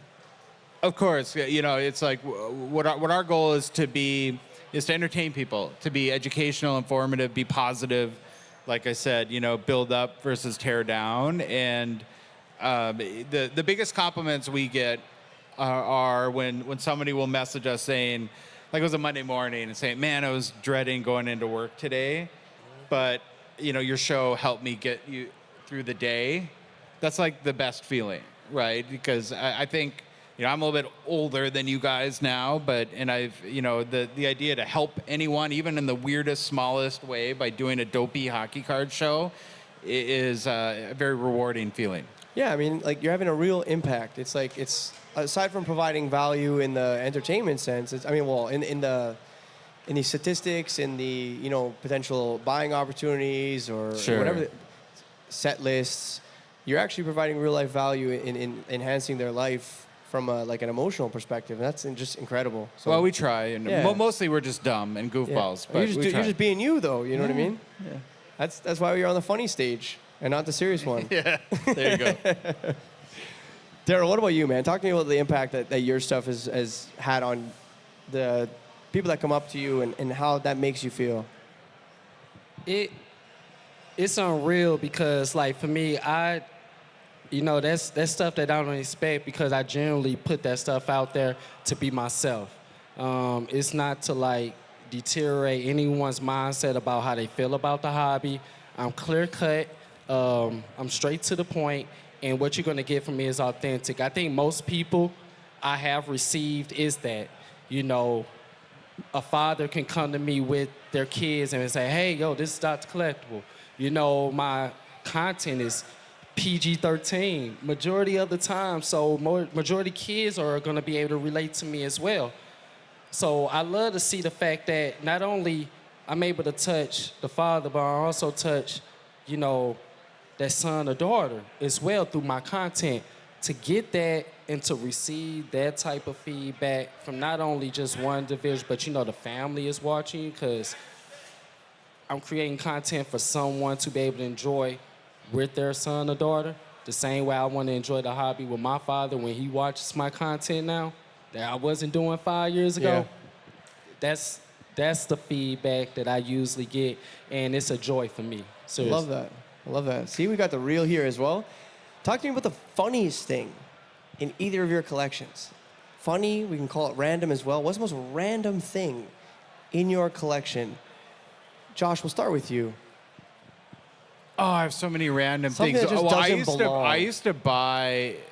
It's hard now, but I don't know like where you guys live, but you used to be able to go like on Facebook Marketplace, and people would like legitimately sell like old collections, like a mother of her kids' collections, and it used to be so much fun to buy these really big collections, and just have my wife did not like it, No, but definitely not. to bring like truckloads of card boxes that are like smelly into the house and just go through them, and you would pull out the most random things ever. And so I have like so many like ridiculous like TV shows from the 70s and 60s, or like weird advertisement cards, but that's part of the, it's almost like treasure hunting. Yep.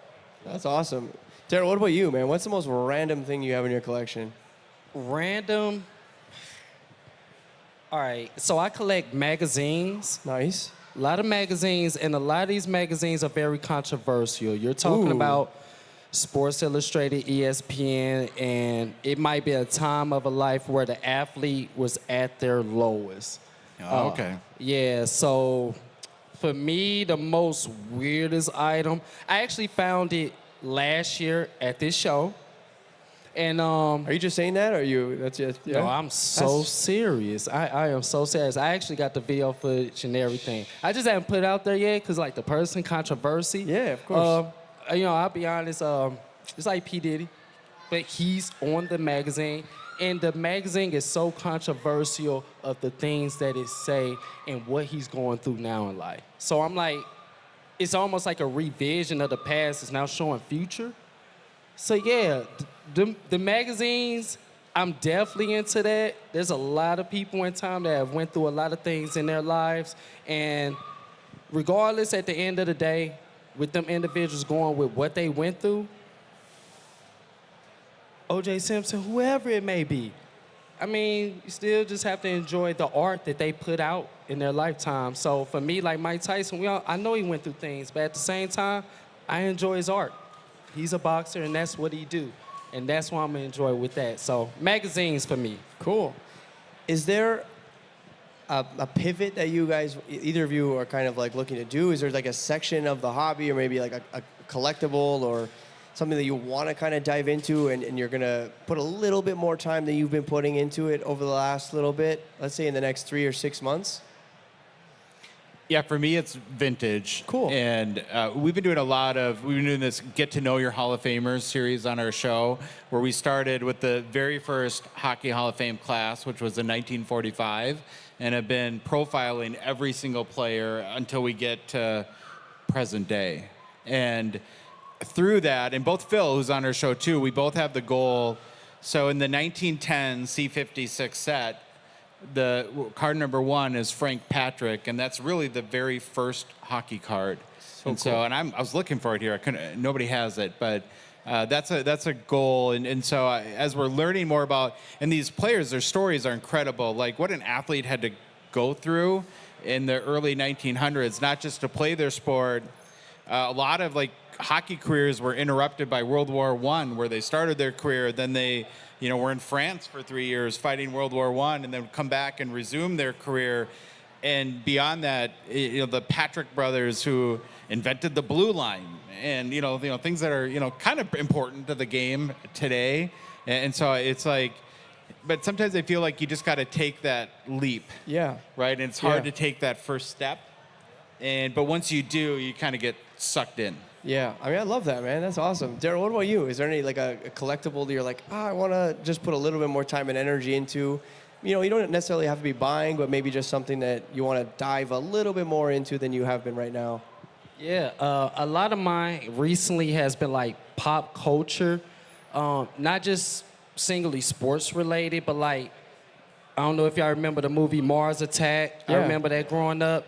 I collect them cards. I have a whole booklet with every card starting from number 1 to I think it's like 150, if I'm not mistaken. Oh, wow. Yeah, so I ended up seeing that at a spot called Cards HQ, and they had just did a video about it. So I said, you got the whole set right here? Let me grab it from you. So it's been more pop culture cards, anything that has dealt with my childhood from video games. I love what V-Friends are doing with they insert that they have now that looks like a handheld Game Boy. Like, that's my childhood. Bringing that together, it's kind of non-sports, almost like you bringing in TCG and video games together. So for me, it's been a lot of non-sports stuff because the last couple of years I just been into sports. Now it's been what kind of changed my life? What molded me? Collecting Power Rangers now. I got the first issue of their comic book. Was gifted to me by a friend. It's like stuff like that now, I'm starting to get into more. So for me, pop culture and the things that I enjoyed in my lifetime, I'm starting to take time now to appreciate that more and collect that now. All right, awesome. I have one more question for y'all, and maybe we think about it for a few seconds, but is there any collectible that either of you own that really evoke an emotional response? Yeah, I got one. It's actually, as a hockey guy, it's a baseball card. So I own 1956 Jackie Robinson, Topps Jackie Robinson. And to me, it's just like, I feel like a card like that is a piece of the historical record, a piece of history. And it represents such an important time in America and a pivotal time in America. And so it goes beyond just cardboard. And, I think every time I look at that card, I think about that. I think about what it was like for him in 1956. And, and I think that it has more meaning to me because of that. I absolutely love that. Daryl, what about you, man? Yo, well said, because history shows a lot about that. Appreciate you even sharing that, man. That means a lot, especially for my culture, man. So, for me, I want to say there's some cards that I know I will probably never see in my lifetime again. It's when I was first getting into the hobby, and I told my father to send me some cards from my old collection, the stuff that I was collecting as a kid. Them cards helped me get out of a situation years ago in my life, and helped me get into a better situation, but I had to sell my childhood. I told myself that I would never sell my childhood again. That's why I'm more into the collecting than flipping. So for me, that's probably the most meaningful stuff, or I want to say items collectible wise, that meant so much to me. But my childhood helped me move where I'm at now. Even though I might not see them cars again, it's just like my childhood saved me, you know? I love that. So as an adult now, them cars mean so much to me, even though I might not see them in my lifetime again. Them Kobe cars would mean everything to me because of the time frame of what it meant for me as a kid and what it did for me as an adult. Amazing.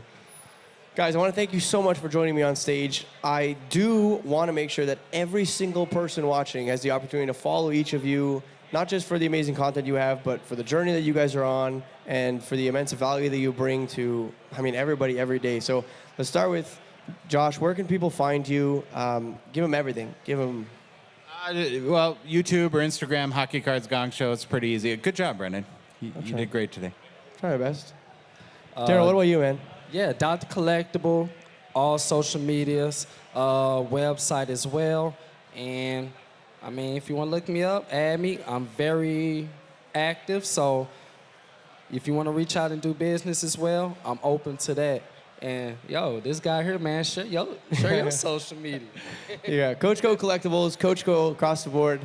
Guys, thank you so much for joining in today. I hope you have a wonderful rest of your day and wonderful rest of the weekend. Thank you so much. Good job, buddy. Yes.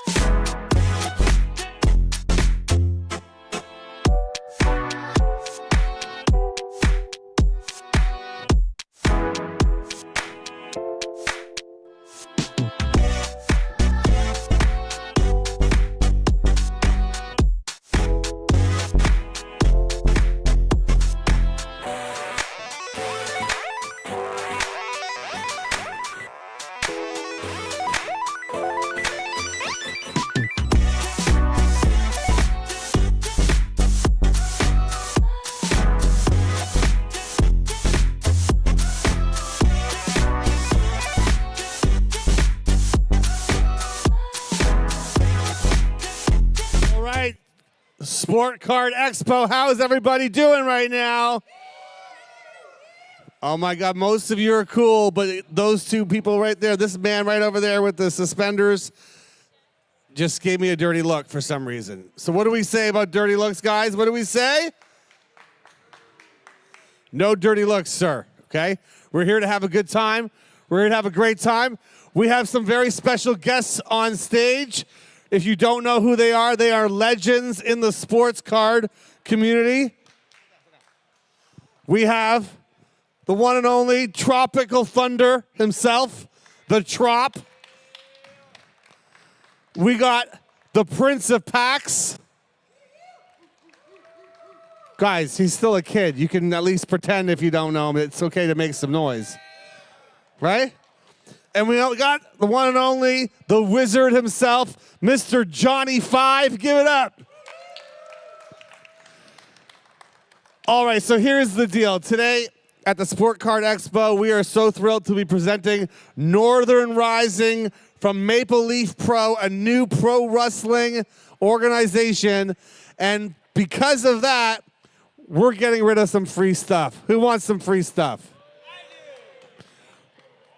And so in order to get rid of the free stuff, we're going to do some trivia, okay? And it's very simple. I'm going to say a question, and the person that has their hand up first, like this rude person right here. Can we give him a boo? All right, all right.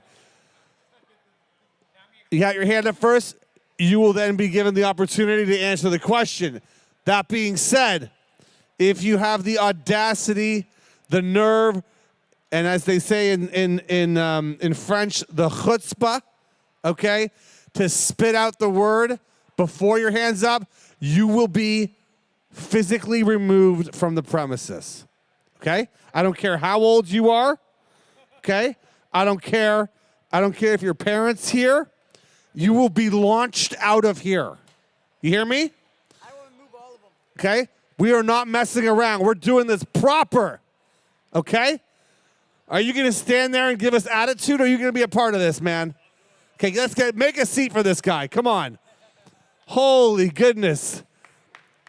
I don't get intimidated easily, but when you're standing there with that smirk on your face, I'm like, what's up? Okay. Here is the first question of the day. And the question is, who was the first Raptor to win Rookie of the Year? Say it again louder. Scott Amire? Damon Stoudemire, is he right? Come on up here, sir. Come on up here. Look at this. Look at this. He's going to get, you know what these things cost retail? Anyone know? $4.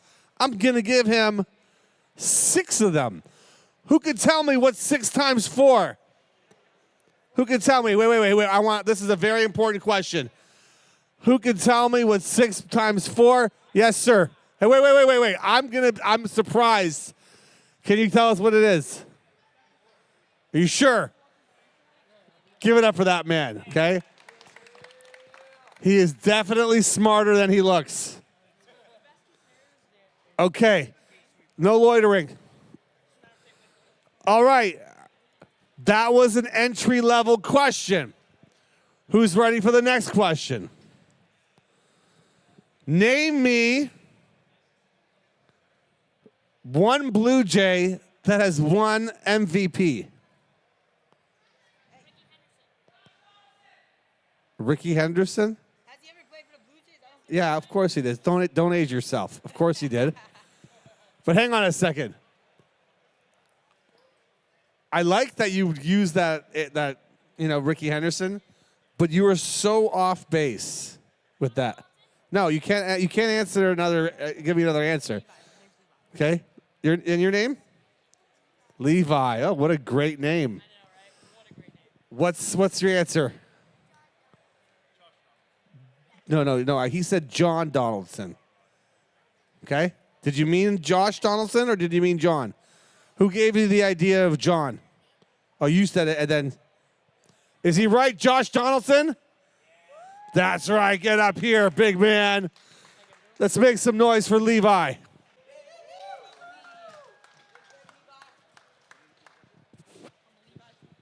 Wait. Where do you think you're going? Hey.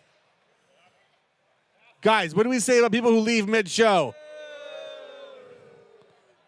Seriously, man.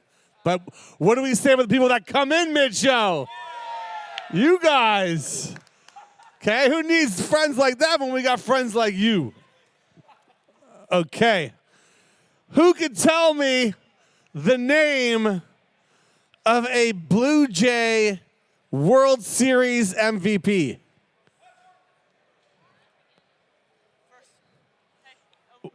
Wait, are you sure? Because I saw this. Okay. Joe Carter? Joe Carter. You think? You think it was Joe Carter? Or is that just like the easiest answer that you could have possibly thrown out? Let's give it up. It was Joe Carter on one of them, okay? But now we'll let that kid. Oh! Wow. We'll let that. Hey, kid. We'll give you another chance, okay? Because there's been 2 World Series MVPs, okay? And don't listen to your dad, because if I think he said what I think he said, he's wrong. Pat Borders is correct. Let's get your prize. Let's get prizes coming up here.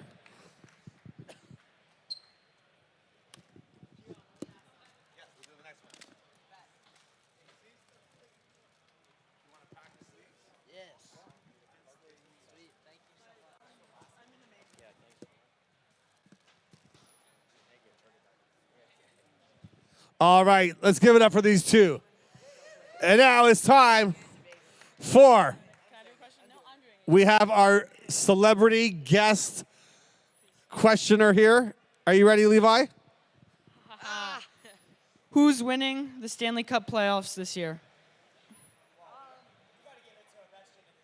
Wrong. Wrong. No, that's extra wrong. That is correct. He said Toronto. But they're going to win. If you want, I'll have security remove him right now.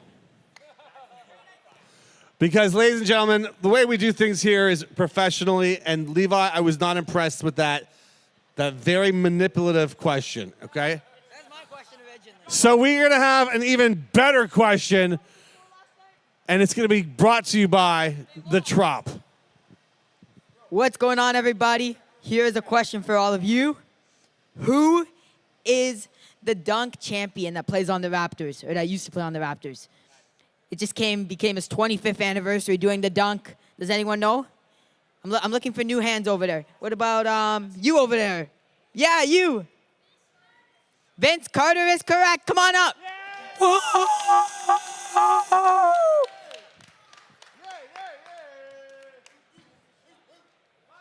Let's go. Congratulations, my guy. You follow basketball? Yeah. What's your favorite team? The Golden State. Golden State. That's a nice one. Stephen Curry shooting all those threes. All right, and before we go further, I'd like to introduce you to a world-renowned, you can call him a celebrity, you can call him an artist, you can call him the pioneer of sports cards. Give it up for Stu Stone, everybody. Stu, come on up here, pal. Yeah, everybody. Stu.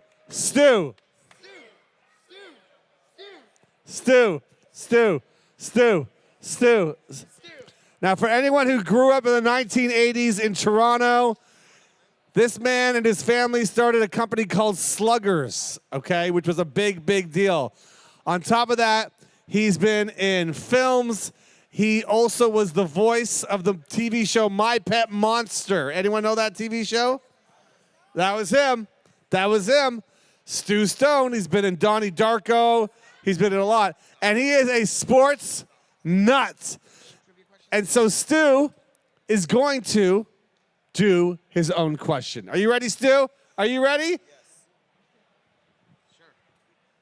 Who scored the game-winning goal for the Toronto Maple Leafs in Game 3 of this year's playoffs? Yell it out if you know it, whoever yells it the loudest. Yes, you, sir. Yeah, come on up. Wait, Chris Benoit? Yes. Chris Benoit. No, it's not.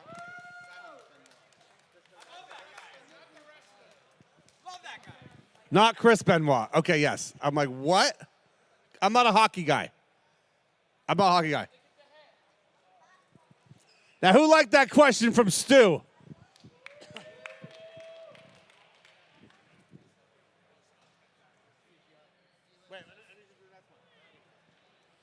All right. And so, are you guys ready for the next question? I can't hear you. Silber. Okay, that's better. David, are you ready? Okay.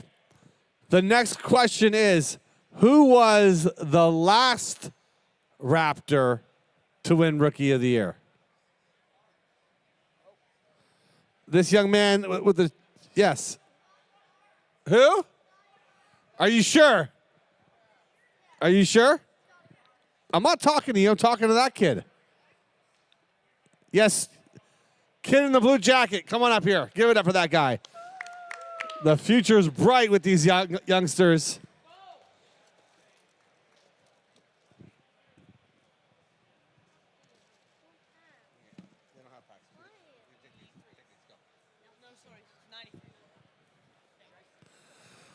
All right, and now we have a very, very special treat for you all, okay?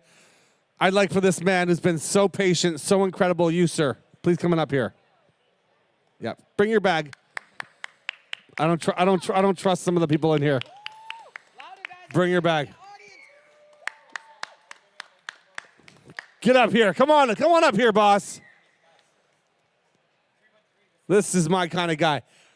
Tell everyone your name. I'm Joe. Everyone say Joe. Joe.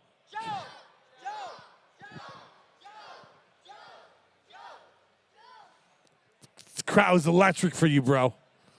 Crowd's going nuts for Joe. Okay. Now, Joe, you're a collector, you're a buyer, a seller, a trader. What are you? I'm a collector. What's your best collection? LeBron. LeBron rookie? Anything LeBron. Oh, my God. He's got LeBron coming at the wazoo. Joe's a big shot. Might I even say that Joe might be the biggest show off here? Okay? A little bit arrogant, Joe, coming at me with that LeBron nonsense. Okay? I'm not happy about that. Okay? I'm on stage here. You're starting to remind me of Mr. Suspenders Man over there. Come here for a second, sir. Get up here. Yeah, get up here. Now things are about to get really, really aggressive. I'm not, get up, no, get up on the stage. Holy cow. This guy's giving me attitude.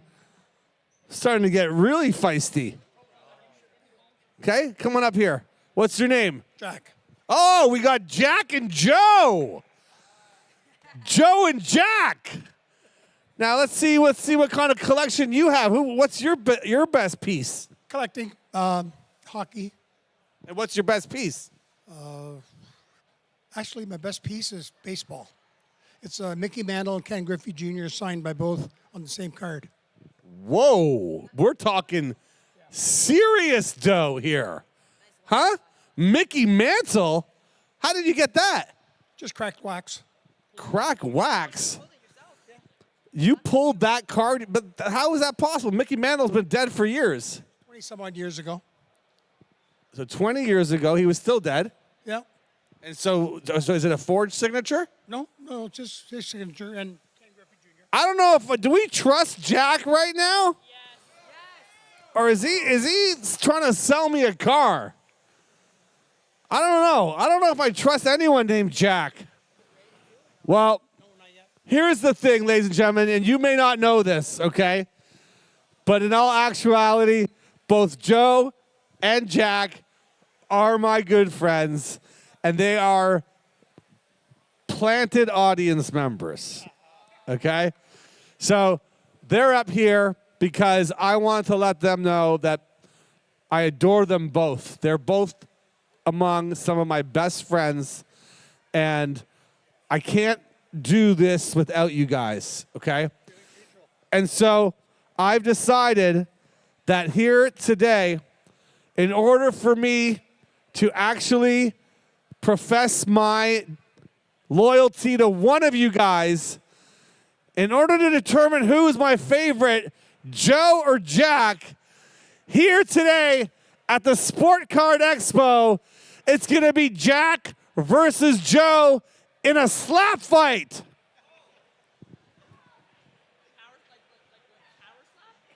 Power slap. Who wants to see a slap fight between Jack and Joe? Make some noise if you want to see Joe smack Jack. Okay. So it's very simple. It's very simple. You can take your glasses off. You take your glasses off. You're going to stand square to each other, okay? And we're going to flip a coin. And the winning person gets to wind up. You can't go further than the line here. But you can go this far back, and you can come across and slap the other guy right across the face as hard as you want. Are you guys good with that? Who's going first? Joe or Jack? I can't hear you. Okay, Jack. So here's what you're going to do. It's okay. We have cameras. This is totally legitimate. You can just wind up and hang on. You said, what'd you say? I'm not going to hit him very hard. Oh, but you were going to hit him. Oh, I might touch him. You know what? Back off for a second. Did you hear the absolute nonsense with this man? He was actually going to hit him. He was actually going to hit him. So I think what we need to do is change course for a second. That's right. DJ, give him my beat. We're going to have Joe versus Jack, one at a time. You're going first. It's a dance-off. Let's see it. One at a time. It's Joe's turn.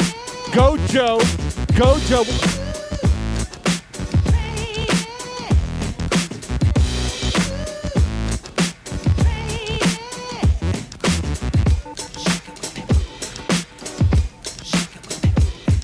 I think Joe's hallucinating right now. He's like at Woodstock in his mind. Okay, now Jack, your turn. Let's go, big man. What are you doing? You're going for a walk? Is he going for a walk? Tell me when you're going to start dancing. It looks like you got to go to the washroom. I think he needs to go to the bathroom. What do you guys think?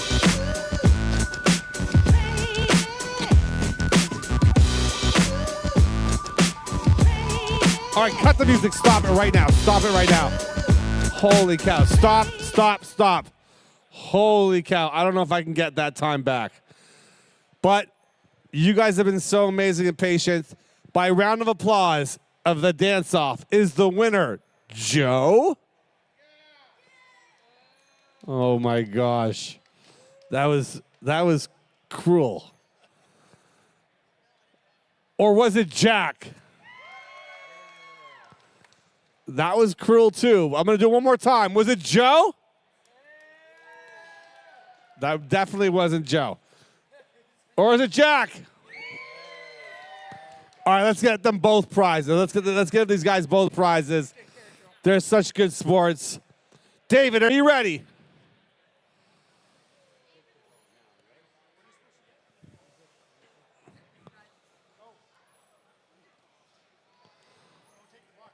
All right, and now, ladies and gentlemen, it is so great to be here with you all. I'd like to call up to the stage an absolute legend, an absolute hero, and an icon. This young man is probably the coolest 13-year-old boy to ever attend one of these shows, and there's been a lot of them. So I'd like to call upon Jack Silber Give it up for Jack Silber, everybody. Give it up for Jack Silber, everybody. Guys, I said give it up for Jack Silber right now. Now, for those of you that don't know, Jack is having his bar mitzvah, okay? He's going to be a man, okay? And he's going to have the most epic party ever. Now, Jack, can you tell everybody here what your favorite part of the card show is? The autograph booth. The autograph booth. Okay. And who have you gotten autographs from here so far? Like this year? In general. Rodman, McGavin, I don't know, a bunch of them. That's right. Dennis Rodman, Shooter McCavin. So I want to know, do you guys, and you can be very honest with me, would you like for me to get security here and to throw him onto the streets right now? Make some noise if you want to see that happen. Horrible human being. All right, Jack, it's your turn to do one piece of trivia, okay? And we're going to get rid of a prize for the lucky person that gets the answer. Are you ready? Oh, you want me to ask a question? Yeah. Who's going to win the Calder Trophy this year? Who's going to win the Calder Trophy this year? Yes. Who? No, he says get out of here. Who else? Who else? Who else? Anyone? Anyone? Raise your hands, guys. Come on. Huge prize. Hudson? Is he right? Yeah, he's right. Let's give it up for this young man over there. Let's give him a prize. Go get him a prize. Okay, and now I need this young lady over here for a second. Please come on up. I need to talk to you for a second. I have a prize for you. I have a free prize for you. All you got to do is come on up here. And how about that lady over there? Let's get that lady over there. Come on up here, young lady. Let's get that lady up. Lady. Come on, guys. Lady. Let's get that lady up here. No, we want you. Huh? No. All right. While that lady comes on up here, we have another question brought to you by this young man. Wait. Who is the best striker of all soccer history? The greatest striker in soccer history? Messi. Yeah, I think he's one of them. Let's give it up. Come on up here. Let's give him a prize. Let's give him a prize. The next question. Who is the tallest NBA player? Oh, that's actually. The tallest NBA player to ever live. Yes, sir. Manute Bol. Is that right? He's one of them. You win. There's a second one, too. Yao Ming he's not the.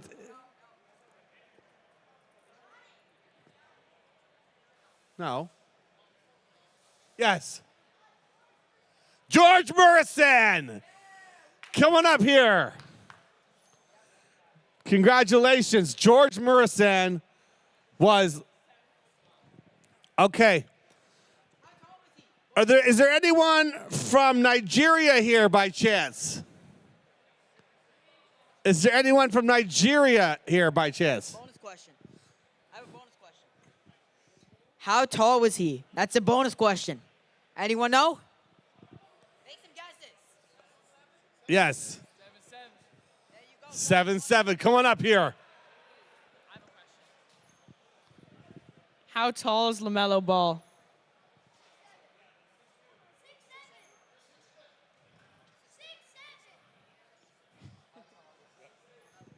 That kid in the back. All right. Who else has it? Come on up here. Everybody's a winner. Cash, you won. Okay, and here is the final question. The final question of the day.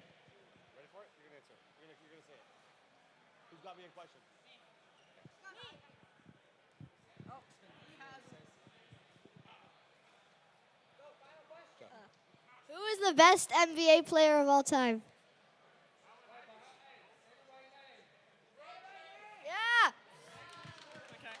LeBron. Wait, is that true? Is that true? Is that true? Well, says who? Says who, LeBron James? The young generation thinks that they can just throw out answers like that.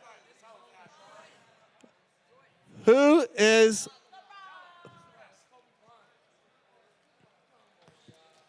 All right, and for this last question, we're going to get rid of a pair of tickets to Maple Leaf Pro on May the 10th at Mattamy. And so I want to know who was in the main event of WrestleMania 6 at the Skydome. Hogan and Warrior, you win. Go to the booth there and give them your email, and we're going to get you a pair of tickets. Okay? Courtesy of Maple Leaf Pro. Anyone else want tickets to see wrestling? I'm talking about everyone on the floor. I know. Okay, we got one more question. Okay? The last time WrestleMania was in Toronto, there was a big main event. Can you tell me who was in it? Who said that? Hogan, you just blur. Were you not here when I said don't just blurt out the answers? You weren't here for that? Just so you know, you're ruining the game for everybody. Okay? Is this your nephew? Okay, because he's your nephew, you get a pair of tickets as well. Okay? Let's give it up. Go give him your email address, and we'll get you those tickets. All right, guys, we are the Megan Boys. Thank you so much, and I want to thank my wife for being so patient with us today and for holding down the booth, holding down the fort. You know, she wanted to leave here 6, 7 times already, but I kept on saying, no, we're going to stay. And she kept on rolling her eyes at me, giving me death stares and making me feel really crappy about it. But at the end of the day, she's a trooper, and I love her so much. And because of her, I just want to let you all know that I'm the happiest man on earth because she's the greatest. Let's give it up for my wife. Everybody, wife.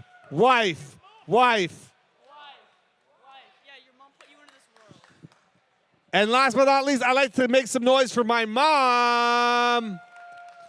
My mom is here, and it looks like she's wearing a hat, but that's actually her hair. That's actually her hair. She has this really unique hairdo that looks like it's clay. Her hair is made of clay. Okay? And she's here, and whoa. Am I getting a wedgie? All right, guys, thank you very much. We'll see you tomorrow. Same time, same place.